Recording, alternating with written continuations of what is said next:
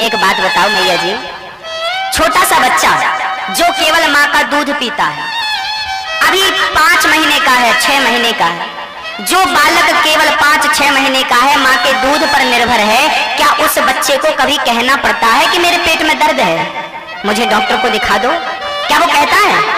नहीं कहता ना। माँ समझ लेती है कि मेरे बेटे की तबीयत आज अच्छी नहीं है और माँ डॉक्टर को दिखाकर उसका इलाज करा देती है। अरे बच्चे को कहना नहीं पड़ता कि ठंडी लग रही है, रजाई उड़ा दो। माँ बिना कहे उड़ाती है कि नहीं? बच्चे को कहना नहीं पड़ता कि भूख लगी है, दूध पिला दो, बिना कहे उसे पिलाती है। अरे भाई, छोटे से बच्चे को कुछ नहीं कहना पड़ता, सब कुछ बिना कहे माँ करती है कि नहीं? हाँ या ना?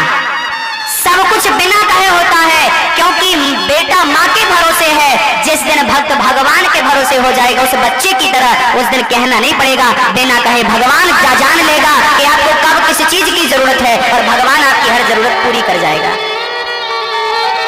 बस बच्चा बनने की देर है, बालक बनने की देर है।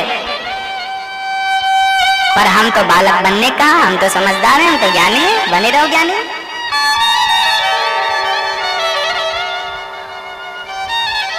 आज मैया की टोकनी भगवान ने भर दी, इतना सा लेता है, फल लिया और इतना कुछ दे दिया।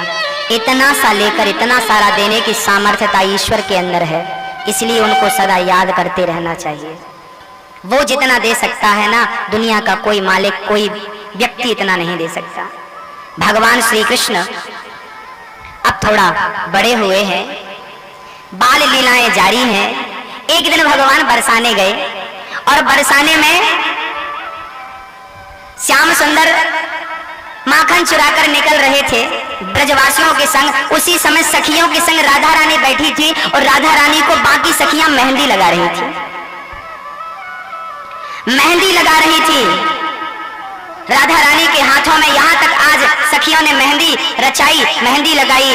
और जानते हो राधा ने किसके नाम की मेहंदी रचाई? कृष्ण नाम की। कृष्ण नाम की जब मेहंदी रची, उसी समय सामने कृष्ण ब्रजवासियों के संग दिखे।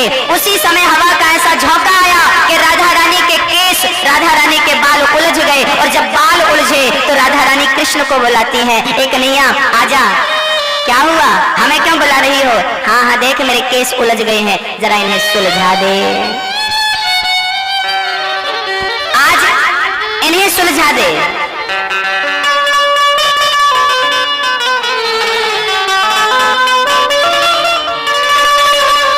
उलझी लट आज सुलझा जा रे मोहन, मेरे हाथों में मेहंदी लगी।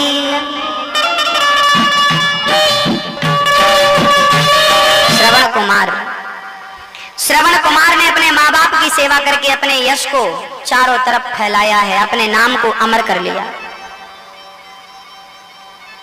धर्म के लिए मरना सीख लिया उन लोगों ने जो धर्म को जानने लगे, जान गए।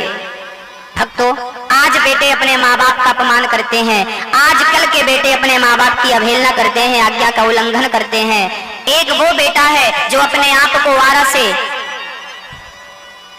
अपने आप को आरा से चिरवा दिया, बीच से आरा चलवा लिया अपने शरीर में, अपने माँ बाप की धर्म की रक्षा के लिए, माँ बाप के धर्म की रक्षा के लिए। कथा इस प्रकार है, इस दुनिया में श्रेष्ठ क्या है? एक बार धर्मराज युधिष्ठिर ने यज्ञ किया। यज्ञ करने के बाद बहुत सारा दक्षिणा दान पुण्य किया। अर्जुन को अभिमान हो गया, मेरे भाई से बड़ा कोई दानी इस दुनिया में क्या है? भगवान कृष्ण को पता चला, अर्जुन ढिंढोरा पीट रहे हैं कि मेरे भाई से बड़ा कोई दानी नहीं है। भगवान से पूछा अर्जुन ने, क्या भैया कन्हैया, क्या मेरे भाई से बड़ा कोई दानी है? भगवान ने कहा, आपके भाई का नाम दानियों में सबसे नीचे है। तो ऊपर किसका है? बोले ऊपर दानियों में नाम है मोरध्वज का।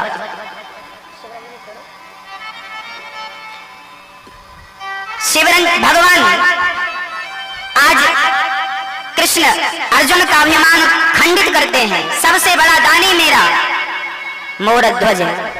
प्रभु ऐसा क्या दान कर लिया मोरध्वज ने कि वो मेरे से ज्यादा श्रेष्ठ दानी बन गया? भगवान ने कहा कि वो इतना दानी है कि मैं उसके बारे में कह नहीं सकता, शब्द नहीं है। अच्छा, ऐसा क्या दान कर लिया? चलो देख लो। अर्जुन परीक्षा लेने चले गए, भगवान कृष्ण संग है, अर्जुन साथ है, साथ में यमराज को बुला लिया। यमराज जी शेर बनकर आ गए कृष्ण जी, और अर्जुन ब्राह्मण बनकर मोर ध्वज के दरवाजे में सुबह प्रातः काल पहुंच गए। भिक्षाम देही। मोर ध्वज दरवाजे के बाहर आए, ब्राह्मण देवता आइए, ब्राह्मणों को अंदर ले गए, चरण धोकर के चरण अमृत लिया।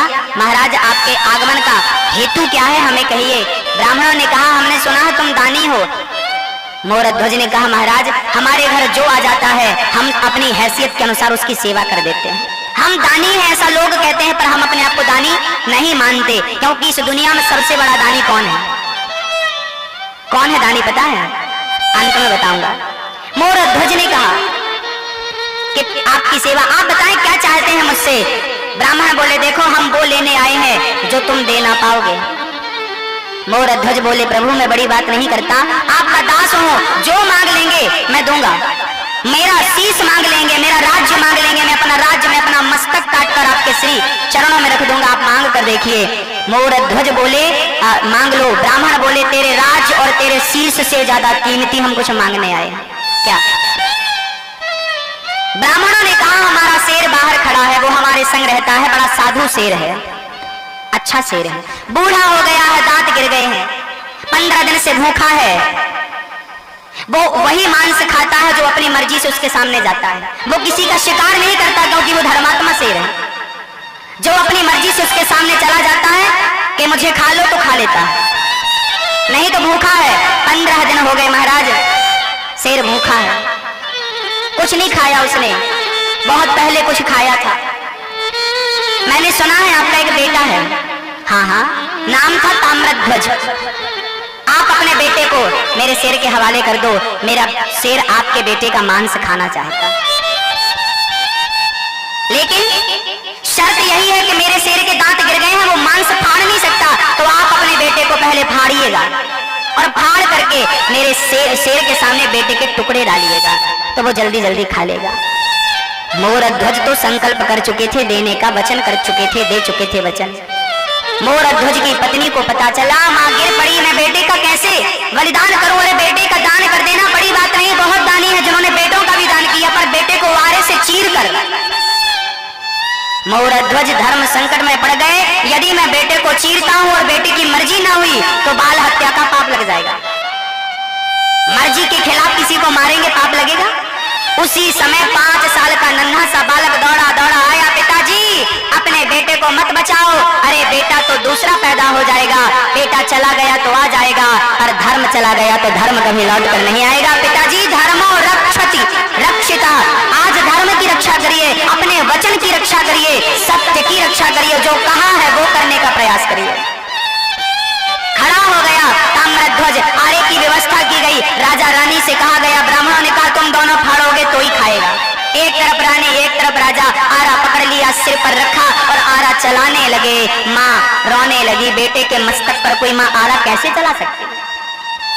रोने लगी। ब्राह्मण बोले खबरदार, तुम तीनों में से यदि एक ने भी आंसू बहाए तो मैं चला जाऊंगा, मेरा शेर चला जाएगा। तुम्हारी दक्षिणा स्वीकार नहीं की जाएगी यदि कोई ने आंसू बहाया। चुप हो गए तीनों। माँ ने आंसू पोंछ लिए, पिता ने, बच्चे ने भी। रोना नहीं है, शर्त है। आरा चलाना चालू किया ही था कि बेटे ने आवाज लगाई, पिताजी माँ 1 मिनट के लिए रुक जाओ। माँ क्या हुआ लाल? 1 मिनट। अंदर गया और रुई लेकर के आ गया, पिताजी से कान में लगा लो, माँ जी से कान में लगा लो। क्यों बेटा? माँ जब आप आरा चलाओगी ना, मैं चीखूंगा, दर्द के कारण चिल्लाऊंगा, और रुई लगी होगी तो मेरी चीख, मेरी चिंकार आप तक नहीं पहुंच पाएगी, इसलिए कानों में रुई लगाओ, मैं कितना भी चिल्लाऊं, कितना भी चीखूं, आरा चलाना बंद मत कर देना माँ, क्योंकि आरा चलाना बंद किया तो धर्म संकट में पड़ जाएगा। पुत्र मोह मत कर लेना, पुत्र मोह, पुत्र से बड़ा धर्म होता है, याद रखिएगा। पुत्र से बड़ा सत्य होता है, याद रखिएगा। पहले के लोग सत्य को बचाते थे, धर्म को बचाते थे। धर्म ना जाना चाहिए, शरीर चला जाए तो चला जाए। लेकिन आज मोर ध्वज खड़े हैं, आरा चला रहे हैं, देखते देखते बेटा 2 भागों में फट गया। ब्राह्मणों ने कहा इसका दाहिना अंग मेरे शेर को डाल दो, बायां अंग किसी गटर में डाल दो। रोने लगी माँ। महाराज उस बच्चे की आंखों में आंसू आ गए। मां रोने लगी, क्यों रो रही हो? बोले एक भाग बेटे का शेर खाएगा, दूसरा गटर में जाएगा। बेटे के बलिदान को इस प्रकार आप फेंक रहे हैं। इस दृश्य को देखकर आंखों में आंसू आ गए कि बेटे का पूरा शरीर आपका शेर खा जाता तो मुझे खुशी होती कि बेटे का दिया बलिदान सफल हो गया। शेर को डाला, टुकड़े कर करके शेर ने गप गप करके पूरा मांस खा लिया। ब्राह्मण बोले शेर का पेट भर गया, अब हमें भी खिलाओ। ब्राह्मण बैठे, राजा रानी ने अपने हाथ से रसोई बनाई और रसोई बनाकर थाली परोसी, लो खाओ। ब्राह्मणों ने कहा हम तुम्हारे घर नहीं खाएंगे, तुम हत्यारे हो, तुमने बेटे को मारा, तुम हत्यारों के घर हम नहीं खाते। जाने लगे, ब्राह्मण जाने लगे। मोरध्वज ने पांव पकड़ लिया, महाराज मेरे घर से संत भूखा चला जाएगा, मेरा धर्म संकट में पड़ जाएगा, आप मेरे घर से भूखे मत जाइए, कुछ खा लीजिए। चरणों में गिर पड़े, तू हत्यारा है, मैं कैसे खाऊं? अरे आपने तो कहा था बेटे को मारने का, मैंने नहीं मारा। ब्राह्मण बोले वो मैं नहीं जानता, बस तू हत्यारा है मैं इतना जानता हूं। तूने अपने धर्म को बचाने के लिए बेटे को मार डाला, कैसा राजा है? महाराज मैंने अपनी मर्जी से नहीं मारा, उसने बोला था, बेटे ने खुद कहा था मुझे मार दो। एक बेटा वो है जो अपने माँ बाप को धन के लिए मारता है, एक बेटा ये है जो पिता के धर्म के लिए खुद सूली पर चढ़ गया, खुद आरे के नीचे आ गया। कितना अंतर है तब के बेटों में और अब के बेटों में। ब्राह्मण जाने लगे, मोरध्वज आंखों में आंसू भर के भगवान से प्रार्थना करता है, प्रभु मैंने कभी किसी का दिल ना दुखाया हो, मैंने सदा धर्म की रक्षा की हो, तो मेरे बेटे को मारकर मेरे बेटे ने धर्म की रक्षा कर ली। आज बेटे को आप जीवित करके धर्म की रक्षा करने के लिए उसे भेज दो। बेटा ताम्रध्वज, तूने मर करके अपने पिता के धर्म को बचाया, बेटा एक बार जिंदा होकर अपने पिता के धर्म को बचा। आज तू जीवित नहीं हुआ तो तेरा दिया हुआ बलिदान व्यर्थ चला जाएगा। बेटा तूने मर के पिता का धर्म बचाया, एक बार जीवित होकर अपने पिता के धर्म को बचा ले। जब पिता गिर पड़ा जमीन पर, अंदर से आवाज आई, पिताजी मैं मरकर भी आपके धर्म को बचाऊंगा और जीवित होकर भी मैं आपके धर्म को बचाऊंगा। आ गया, पिता ने हृदय से लगाया, पलट कर देखा, ना शेर था ना ब्राह्मण थे, वहां तो भगवान श्री कृष्ण शंख चक्र गदा पद्म लेकर चतुर्भुज रूप में खड़े थे। अर्जुन चरणों में गिर पड़ा, मोरध्वज के प्रभु दानी बहुत देखे पर आपके जैसा दानी ना भूतो ना भविष्य, ना हुआ था ना होगा, मोरध्वज जैसा दानी।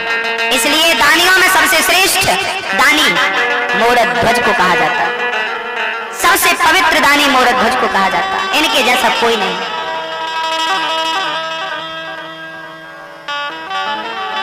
माँ बाप के द्वारा ही पुत्र का जन्म होता है, पुत्र का धर्म है माँ बाप की सेवा करना। आज वही पुत्र अपने माँ बाप की सेवा नहीं बल्कि माँ बाप को परेशान करता है। ऐसे माँ बाप को रोता हुआ आप देख सकते हैं पर यह दास अनिरुद्ध नहीं देख सकता। हमें पीड़ा होती है जब माँ बाप रोते हैं, वृद्ध रोते हैं। वृद्ध, आप मंदिर में भगवान को देखते होंगे, इंसान ही बनाता है पत्थर की मूर्तियां, पंडित जी प्रतिष्ठा कर देते हैं, भगवान हो जाते हैं। इंसान की बनाई मूर्तियों में हम भगवान को देखने लगे पर भगवान की बनाई मूर्तियों का अपमान करते हैं, कहां तक सत्य है? माँ बाप को बनाने वाला ईश्वर है, वो साक्षात भगवान है। आप अपने माँ बाप की सेवा करिए। हम वृंदावन में इसलिए ही एक आश्रम का निर्माण करने जा रहे हैं ताकि ऐसे माँ बाप की हम सेवा कर सकें अपने हाथों से। पूरे इस संसार में तो लाखों माता पिता हैं जो दुखी हैं, तो क्या मैं सबकी सेवा कर सकता हूं? ना, सबकी सेवा करने की हिम्मत कहां है, हैसियत कहां है? फिर भी जितने माँ बाप की सेवा मैं कर सकता हूँ, मर के जाऊंगा, भगवान पूछेंगे क्या किया, तो कह सकूंगा कि किसी की आंखों के आंसू मैंने पहुंचे हैं प्रभु, बस यही किया। किसी रोती हुई माँ का मैं सहारा बना हूँ, किसी माँ का मैं सहारा बना हूँ, बेटा बनकर मैंने उसकी सेवा करी है, उसके चरण दबाए हैं, उसके भोजन की व्यवस्था, उसके रहने की व्यवस्था मैंने की है। मैं लाखों की नहीं किया, मैंने 10 की 50 की अपनी क्षमता के अनुसार किया, मैंने अपनी हैसियत के अनुसार किया है। अब देखना यह है कि आप अपनी हैसियत के अनुसार क्या करते हैं। मैं माता पिता से निवेदन करता हूँ देश के तमाम भक्तों से निवेदन करता हूँ, आप जीवन भर अपने गांव, अपने नगर, अपने शहर में रहिए, पर मरने के पहले वृंदावन आइए। वृंदावन में जो आश्रम बन रहा है गौरी गोपाल आश्रम, उस आश्रम में अपने लिए एक रूम बनवा लीजिए, ताकि आप बुढ़ापे में वहीं आए। बेटे सेवा करें तो अच्छा है, नहीं करें तो अच्छा है, वहीं रहे, भगवत भजन करें, वहां नित्य संकीर्तन होता रहेगा, वृद्धों की सेवा, विद्यार्थियों को वेद अध्ययन कराया जाएगा, तमाम धर्म के अच्छे कार्य किए जाएंगे। आपका सहयोग, आपका धन धर्म में लगना चाह रहा है, आपके पास जो पैसा है वो बहुत तेजी से कह रहा है कि हम इसे धर्म में लगाओ, हमें इस धर्म में लगाओ, आप ही उसे धर्म की ओर जाने नहीं देते, आपने ही पकड़ के रखा। अपने धन को धर्म से जोड़िए, जब धन धर्म से जुड़ जाता है तो कई गुना बढ़ के भगवान आपका धन बढ़ाते हैं, कई गुना धन बढ़ता है, कई गुना आपको लाभ मिलता है। कुछ भक्तों ने इस अच्छे कार्य में, यदि आपको लगता है कि हमारा धन भी वृंदावन पहुंचे, हमारे द्वारा दी हुई सेवा भी वृंदावन पहुंचे, आप अपने लिए एक रूम बनवा सकते हैं, वहां पर बुढ़ापे में वहीं रहिएगा, खाने पीने की सारी व्यवस्थाएं रहेंगी, कीर्तन भजन रहेगा, बिहारी जी के दर्शन करिएगा प्रेम से। बेटा बेटी को पढ़ा लिखा दिया, पैर पर खड़ा कर दिया, अब वो अपनी जिम्मेदारी से अपना जीवन यापन करें, आपका कर्तव्य है भगवत प्राप्ति, वो आप करिए। आप में से जितने भक्तों को इस अच्छे कार्य में जुड़ना हो, इस संस्था से जुड़ना हो, श्री गौ गौरी गोपाल सेवा संस्था से, हम साल में बेटियों का विवाह भी करते हैं, ताकि बेटियों को प्रचुर मात्रा में हम धन धान्य देकर विदा कर सकें। जिनके पिता बड़े दुखी रहते हैं, पिता को बड़ी टेंशन रहती है, बेटी का विवाह कैसे करें, ऐसे तमाम माँ बाप की सेवा ये दास करता है। आप भी इस अच्छे कार्य में अपना सहयोग कर सकते हैं और अपनी भागीदारी दर्ज करा सकते हैं। यहाँ से जो नाम पुकारे जाते हैं ना, वो नाम केवल आप और हम नहीं सुनते, याद रखना ये नाम भगवान के कानों में भी जाता होगा कि धर्म के लिए कितने लोगों ने अपने कदम बढ़ाए हैं, अपने हाथ बढ़ाए हैं, धर्म के लिए कितने लोगों ने अपने कदम बढ़ाए हैं। शराब पी करके बहुत सारा धन लोग बर्बाद कर देते हैं, उस धन को बर्बाद करते हुए उन्हें हिचकिचाहट नहीं होती और धर्म के लिए कुछ धन निकालते हैं तो उनको लगता है ये व्यर्थ जा रहा है। भक्तों, एक किसान खेत में बीज डालता है तो 4 महीने में 25 गुना करके जमीन लौटाती है, मिट्टी 25 गुना करके लौटाती है। 1 क्विंटल गेहूं डालो तो 20-25 क्विंटल आता है, अरे मिट्टी इतने गुना करके लौटाती है तो मेरा गोविंद ना जाने कितने गुना करके लौटाता होगा। बड़ा अच्छा लगता है जब कोई अच्छा कार्य करो, शुभ कार्य करो, लगता है कि मनुष्य जीवन इसलिए पाए हैं, यही करने के लिए पाए हैं।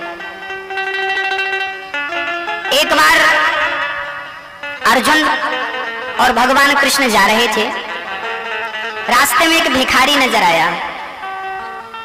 अर्जुन ने बुलाया, यहाँ आओ, एक काम करो, ये पैसे, ये सोना, इतना सारा सोना अर्जुन ने दे दिया, ये लो, भीख नहीं मांगना कल से, जाओ। भिखारी सोना पाकर बड़ा खुश हुआ, मेरी सारी गरीबी दूर हो गई, अब तो मैं बंगला बनाऊंगा, गाड़ी लूंगा, ये करूंगा, वो करूंगा, ना जाने कितना सपना देखा। पीछे से चोर आए और पोटरी छीनकर भाग गए, सपना सपना ही रहा। दूसरे दिन भिखारी ने फिर भीख मांगी। अर्जुन ने कहा, क्यों? कल मैंने सोना दिया, महाराज चोर ले गए सारा। अर्जुन ने एक मणि उठाकर दे दी, ये मणि ले जाओ, इससे भी तुम्हारी दरिद्रता दूर हो जाएगी, ये बहुत कीमती है। भिखारी ने सोचा, इससे तो बहुत लाभ मिलेगा, मैं जमीन खरीदूंगा, नगर सेठ कहलाऊंगा, ये करूंगा, वो करूंगा, अपने लिए करूंगा सब। प्यास लगी तो सरोवर में पानी पीने गया, जैसे वो झुका उसके पास से मणि पानी में गिर गई, बहुत खोजा पर मिली नहीं। तीसरे दिन फिर भीख मांगा। अर्जुन ने बोला, क्यों रे, तेरी दरिद्रता मिट्टी नहीं? महाराज मणि पानी में गिर गई। भगवान मुस्कुराए। अर्जुन बोले, प्रभु क्यों हंस रहे हो? क्या इसकी दरिद्रता, इसकी गरीबी पर हंस रहे हो? भगवान बोले, इसकी गरीबी पर नहीं। अर्जुन बोले, अब तेरी दरिद्रता नहीं मिट सकती, तू दरिद्र ही रहे, गरीब ही रहेगा, मैंने देकर देख लिया, कुछ नहीं होना चाह, अब क्या मतलब तेरे को कुछ देने से? भगवान ने कहा, अर्जुन इसकी गरीबी मिट सकती है पर नहीं मिटी अभी तक, इसमें यही जिम्मेदार है, ये गरीब, ये भिखारी। ये क्या जिम्मेदार? चोर चुरा कर ले गए, इसमें ये कैसे जिम्मेदार हुआ? भगवान बोले, चलो ठीक है। भगवान ने 2 पैसे अपने जेब से निकाले, 2 पैसे जेब से निकाले और भगवान ने भिखारी को दे दिया, ये ले 2 पैसे। अर्जुन बोले, मणि दिया, गरीबी दूर नहीं भई, ये 2 पैसे से इसकी गरीबी दूर हो जाएगी। भगवान बोले, पीछे चले जाओ इसके और सब देखो। अर्जुन पीछे पीछे गए। उसी सरोवर में, जिस सरोवर में इसकी मणि गिरी थी, उसी सरोवर में एक मछुआरा जाल डाले बैठा था। उसके जाल में ओनली एक ही मछली फंसी थी, तड़प रही थी। भिखारी ने देखा मछली तड़प रही है, दया आई, ए भैया ये मछली छोड़ दो, हम तुम्हें 2 पैसे देते हैं। वो 2 पैसे जो इसे भीख में मिले, आज उसने अपनी कमाई कहां खर्च कर दी? मछली को बचाने के लिए, किसी की जान बचाने के लिए उसने खर्च कर दिया। मछुआरे ने भी सोचा एक मछली के 2 पैसे ठीक है, उसने मछली उठाई और भिखारी के कमंडल में डाली, 2 पैसा लेकर चला गया। वो कमंडल में मछली जैसे आई, उसके गले में वही मणि फंसी थी। उसने कुछ खाने वाली वस्तु समझकर खाली मणि को, मणि कमंडल में गिरी। भिखारी बोला मिल गई मिल गई मिल गई। पीछे से चोर निकले जिन्होंने उसके धन को चुराया था, सोने को। उनको लगा हमारी खबर इसको मिल गई, अब ये राजा को बताएगा तो फांसी लगाएंगे। राजा सोने की पोटरी दे दी, भैया तेरा सोना तू रख, राजा को मत बताना हमारे बारे में। सोना भी मिल गया, मणि भी मिल गई। अर्जुन दौड़ के भगवान के पास पहुंचे, प्रभु उसका सारा धन जो खोया उसने सब कुछ मिल गया, ऐसा कैसे संभव हुआ? भगवान ने कहा कि जब उसने अपनी कमाई अपने लिए खर्च करना चाहा तो उसकी कमाई उसे छोड़कर चली गई। जब तुमने उसे सोना दिया, उसे मणि दिया, तो उसने क्या सोचा? मैं बंगला बनाऊंगा, मैं गाड़ी खरीदूंगा, मैं ये करूंगा, मैं। जब वो अपने लिए सोचने लगा तो उसका धन उसको छोड़कर चला गया। लेकिन जब मैंने 2 पैसे दिए तो उसने अपने बारे में नहीं, तड़पती मछली के बारे में सोचा। और जो दूसरों के बारे में सोचा करता है, मैं उसका खोया हुआ धन उसे लौटा दिया करता हूँ। उसका खोया हुआ धन दोबारा उसे प्राप्त हो जाया करता है। भक्तों, जो दूसरों के बारे में सोचता है वही महान है। अपने बारे में तो पशु पक्षी भी सोच लेते हैं, इन वृद्धों के बारे में जो आश्रम वृंदावन में बन रहा है, इसलिए इस आश्रम में इस वृद्धों के लिए, इन वृद्धों के लिए, बेटियों के लिए कुछ आप भी सोचिएगा। जब आप इनके लिए सोचेंगे तो ईश्वर आपके लिए सोचेगा। आप ही नहीं सोचेंगे किसी के लिए तो आपके लिए कौन सोचेगा? भगवान एक दिन घर में माखन चुरा रहे थे, माँ यशोदा ने ऊखल से बांध दिया। ऊखल से बांधा और काम में लग गई। भगवान ने ऊखल को टेढ़ा किया, बीच से निकले 2 वृक्ष लगे थे, दोनों के बीच से निकले, दोनों वृक्ष धड़ाम से गिर गए। यमलार्जुन का उद्धार हुआ। दोनों ने भगवान की स्तुति करी। वाणी गुणानुकथने श्रवणौ कथायाम हस्तौ च कर्मसु मनस्तव पादयोर्ना। भगवान ने यमलार्जुन का उद्धार किया। पश्चात भगवान को लेकर नंद बाबा गोकुल चले गए। ये ठीक नहीं है, गोकुल से वृंदावन चले गए और वृंदावन में भगवान गए बछड़ा बनकर, वत्सासुर आया, वत्सासुर का उद्धार किया। बकासुर आया, बगुला बनकर, भगवान ने बकासुर का उद्धार किया। और अब अघासुर आया, सर्प बनकर, अजगर बनकर, भगवान ने अघासुर सारे ब्रजवासियों को मुंह में रख लिया। भगवान गए और छोटा सा रूप बना के नासिक उसके श्वास छिद्र में जाकर बैठ गए। अघासुर का उद्धार हुआ। सारे ब्रजवासी यमुना के पावन तट पर प्रेम से आज अपने अपने घर से रोटी लेकर गए थे। सारे ब्रजवासी आपस में बैठ करके खा रहे हैं और खिला रहे हैं। भगवान श्री कृष्ण को सारे ब्रजवासियों ने अपने रोटी, रसमलाई जो जो घर से ले गए सब खिलाया। भगवान के मित्रों में भगवान का एक मित्र था जो बड़ा गरीब था, नाम था मधुमंगल। वो मधुमंगल सोच रहा था कि काश मैं भी घर से कुछ लाया होता तो आज भगवान को अपने हाथों से खिलाता, पर कुछ दुर्भाग्य, कुछ लाया नहीं। भगवान उसके मनोदशा को समझ गए। मंगल मेरे लिए क्या लाया है? कुछ नहीं। अरे तो लेकर आ। घर में गया कुछ लेने, घर में गया, माँ क्या है मेरे लिए, क्या बनाया है? माँ ने कहा बेटा कुछ नहीं है, परसों कढ़ी बनी थी बस वही रखी है। हाँ दे दे। बासी कढ़ी लेकर मंगल एक बर्तन में, एक मिट्टी के पात्र में जब चले तो रास्ते भर विचार करते गए, ये बासी कढ़ी मेरा कृष्ण खाएगा, कहीं बीमार ना पड़ जाए। यमुना के तट पर खड़े होकर मंगल ही वो कढ़ी गट गट गट गट करके पीने लगे। भगवान ने देखा मेरे लिए लाया, खुद डकार गया, दौड़े दौड़े भगवान आए और मंगल से कढ़ी छीनते उसके पहले मंगल ने वो पात्र यमुना में फेंक दिया। पर जल्दी जल्दी के चक्कर में भगवान के मुंह में कढ़ी भरी थी, मुंह फूला था। भगवान बोले पूरी तरह डकार ली, अब ये मुंह की मत अंदर कर लेना। भगवान ने मंगल के मुख में अपना मुख लगाया और मंगल के गाल में एक ठोकर लगाई। मंगल के अंदर की कढ़ी भगवान के अंदर आ गई। भगवान ने उसका भोग लगा लिया। भगवान ने उस जूठी कढ़ी का, उगलन कढ़ी का भोग लगाया, खा लिया भगवान ने। इस दृश्य को ब्रह्मा जी ने देखा। ये कैसा भगवान है, उगलन खाता है, ये भगवान हो नहीं सकता।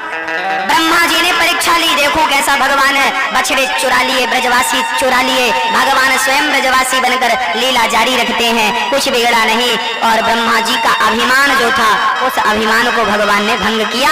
साल भर बाद ब्रह्मा ने देखा कि इनकी लीला तो ज्यों की त्यों है। भगवान के चरणों में ब्रह्मा जी गिर गए। भगवान ने उन्हें क्षमा कब किया?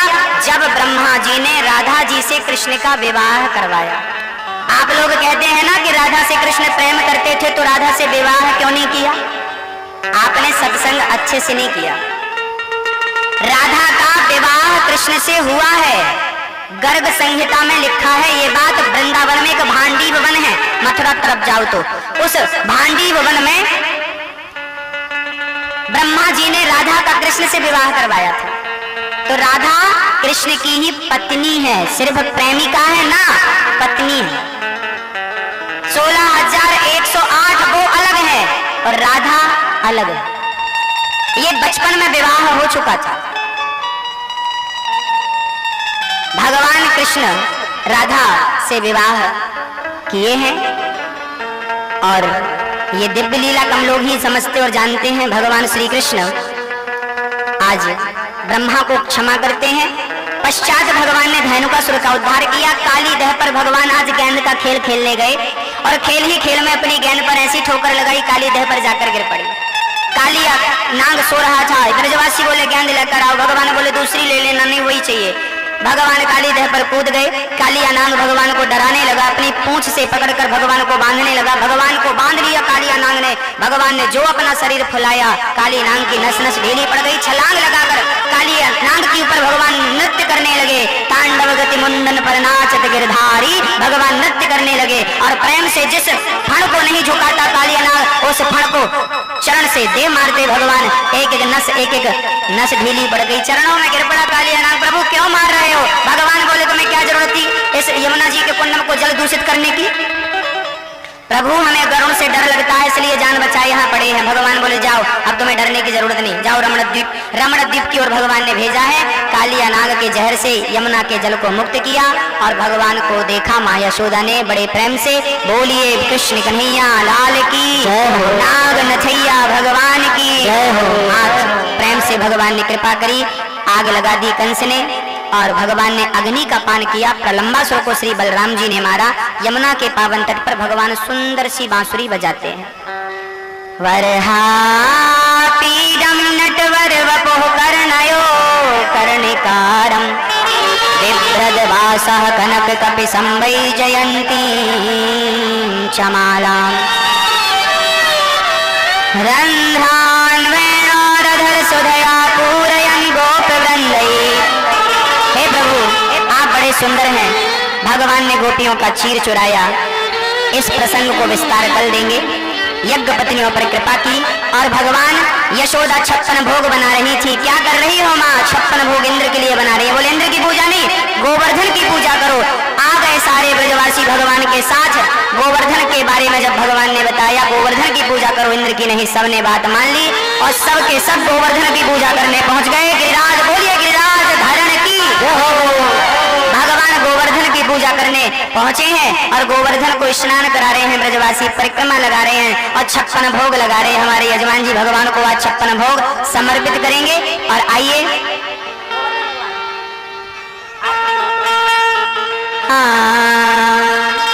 भगवान 56 भोग समर्पित कर रहे हैं। गोवर्धन भगवान खाओ।